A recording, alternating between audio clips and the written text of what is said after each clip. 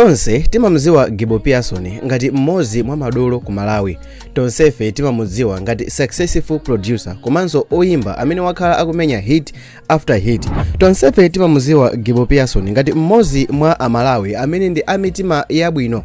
Tonsefe timamudziwa Gibo Pearson munjira ina ndi inzake, koma njira imodzi imene ili common ndi yakuti munthuyo wakhala akubebesa ku Malawi ndi nyimbo zake zimene zimakhala zikuhita every time imene akutulusa nyimbo. Koma nkhani yakuti chiyambi cha Gibo Pearson amene amachidziwa bwinobwino ndi ochepa. Bwanji mulole kuti musiku lero ndikupasireni zinsisi zakuboleza kwa Gibo Pearson. Dzina langa ndine Sam Mavita, tiyeni tikhale limodzi.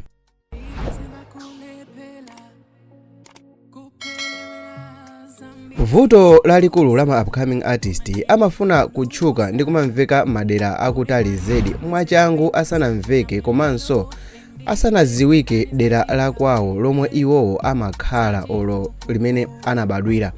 Ma upcoming artist ambiri lero amafuna kumveka pa mapulogalamu akuluakulu ma TV komanso ma radio monga Made on Monday olo pa Born and Bred. Amafuna aoneke pa mikozi Facebook page, pa makosana Facebook page komanso ma page anthu ama followers ochuluka kwambiri pa Facebook.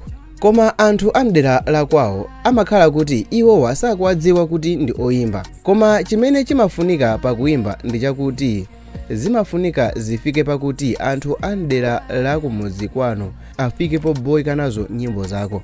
Aliyense azidziwa kuti iweyo umayimba. Anthu akwanuko afike pomakunena kuti koma awa akuti bowa ndi nyimbo zawo zibwanji. Awawa amakakameza zinthu bwanji ma burning center ama trading center akwanuko, mmalo omwera kachaso, mmalo amene machitika zisangalalo.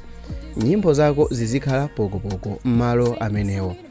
Kwanu komwe umakhalako, komwe unabadwirako. Ukweneka munthu uchite kafukufuku kuti nyimbo zimene zimakondedwa kapena nyimbo zimene anthu ambiri amakonda kwathu ndi zinthu zotani.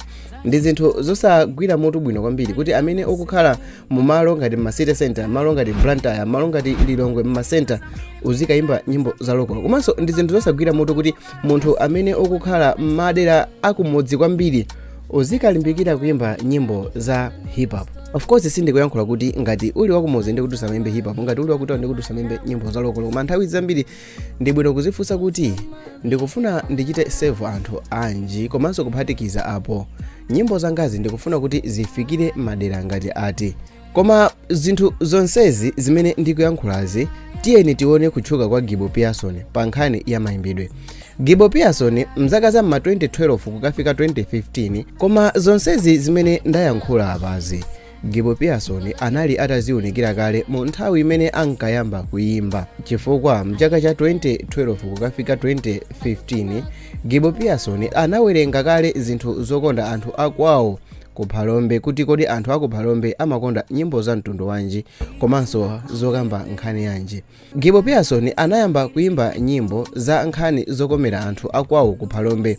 Mzaka za mbuyomu Gibo Pearson anatchuka madera aku Phalombe, Mulanje ndi madera ena ozungulira dera la Phalombe ndi nyimbo yake imene amati Chempotereya, wakupha komanso nyimbo zina zingapo.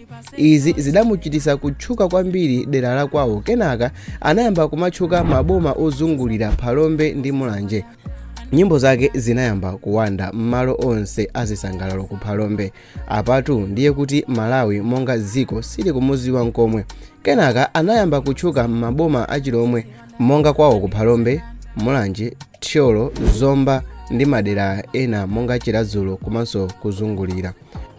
Mpakana zinapezekano kuti wayamba kutchuka madera onse akumwera kapena kuti southern region part ya dziko la Malawi. Ndipo lero Gift Pearson amene amadziwika bwino kwambiri ndi zina la Gibo Pearson anapanga konka dziko lonse la Malawi komanso kufikira maiko ena. Ichi chikhale chisanzo chabwino kwa oyimba onse amene angoyamba kumene komanso kuti iwowa amafuna atatchuka, amene amakakamiza zinthu kwambiri kuti angofikira kutchuka wiki yawo yoyambirira yomweyo imene atulusa nyimbo yawo yoyamba kuti kutchuka paluso monga kuyimba umayambira dera la kwanu kenako kumafalikira madera ena. Anthu akwanu akuyenekano akudziwe kuti iweyo ndiwe oyimba, ukuyenekano ukondedwe ndithu ndi chigulu cha anthu ochuluka, chifukwa chokuti mu nthawi inoyi imene anthu anasiya kugulisa matepi, ngati nyimbo zako anthu ambiri sakuzisangalalira, ndiye kuti ndikovuta kuti vili m'mashow even uchitika dera la kwanu lomwelo ukhale star. Dzina langa ndine Sammavita, ndimapanga ma videos osiyanasiyana pa YouTube. Ndinapangapo video ina yake imene Gibo Pearson anaonesa mtima wachifundo kwa anthu akwawo ku Phalombe. Poyankhula anayankhula kuti iyeyi sizikanatheka kuti akhale Gibo Pearson amene anthu akumudziwa lero chipanda kuti anthu am'mudzi mwakwawo anampanga support. Motero anabwezera support imene anthu akwawo akhala kumpasa, anabwezera ulemu muka video kamene kali pa screen pa.